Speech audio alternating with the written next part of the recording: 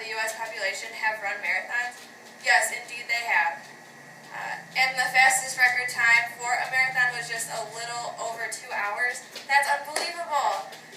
The average cost to run a marathon is about $67. 570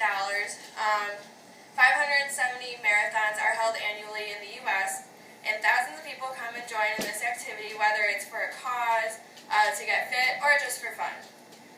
Brittany McKinney is out on the field interviewing Erin Atherton about marathons and her experience. So let's turn it over to her. Thanks, Marissa. I'm here with Moral Forsyth math teacher of 25 years, Erin Atherton, who is an incredibly avid marathon runner. Erin, thank you for being with us today. Erin, can you explain to us what a marathon entails and what it's like to run one? It is a 26.2-mile race. Depends on where you go or what kind of race you sign up for. Most marathons, it's becoming bigger and bigger. Most marathons are well supported, and so every couple miles there's kind of an aid station with water, and there's medical stations along the way. And it's just a good time. So, what drove you after the first marathon to continue running marathons? After that incredible 26.2 miles, what drove you to keep going? You know, I tell this to anybody that's just starting out.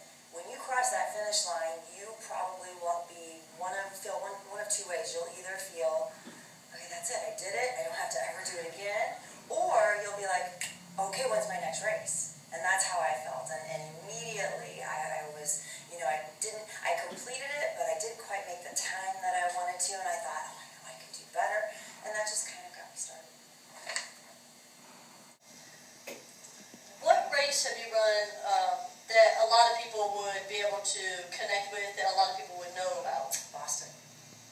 I qualified for Boston. To run Boston, you either have to be a celebrity, run for a charity, or qualify with a fast marathon time according to your age. And I qualified twice.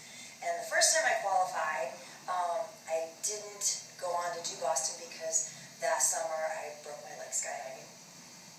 That really kind of stunk. So the second time I qualified, I thought I am going to get in, because once you start running marathons, that's the one race you want to try to do, because you have to run a fast one to get in. And so I did, and that was in 2012. And it was a very challenging course. It was a very hot day, so it ended up being one of my slowest marathons, but I just kind of took it all in and just loved all the sights, and it was a really amazing experience. And then the following year was the bowling. So in your running, you're saying that you can, solve world's problems or whatever. Where is it that your mind goes to when you're running? Well, oddly enough, when I'm running a training run, usually I'm just trying to get the miles in, and I usually have a GPS on.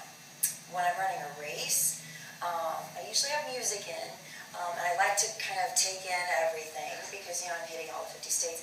But oddly enough, I don't wear my GPS on races, because sometimes it's maddening when you end the race and your GPS says you've gone longer than supposedly you have. So I do math. I'm a math teacher, but I do math sometimes, because a lot of times at each mile there's a mile marker and there's a running clock. And so instead of having a GPS, I can look at the clock and I say, okay, now the next mile marker I see, I need to be in such and such a time to stay on goal. So I do math.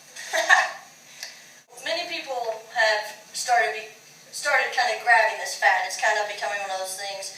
So you said that you have considered running an ultramarathon, but why do you think that all of a sudden this is this growing fad?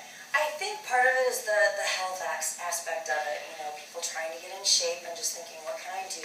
I think the club aspect, or the group, the camaraderie, I've got to meet somebody to run, or I've got to be with my group. I think that helps out too. And there's safety in numbers, and there's strength in numbers, and you can just say, okay, we're going to all make it. I just think that it's a great healthy habit to be into, and as long as you do it correctly, you don't increase your mileage too much, and I think it can be just a healthy habit for life. And so I'm really excited there that lots of people are discovering it. Well, Erin, thank you for the interview, and hopefully this all gets insight out to why marathons are becoming such a popular thing. Thanks. All right, Marissa, back to you in the studio.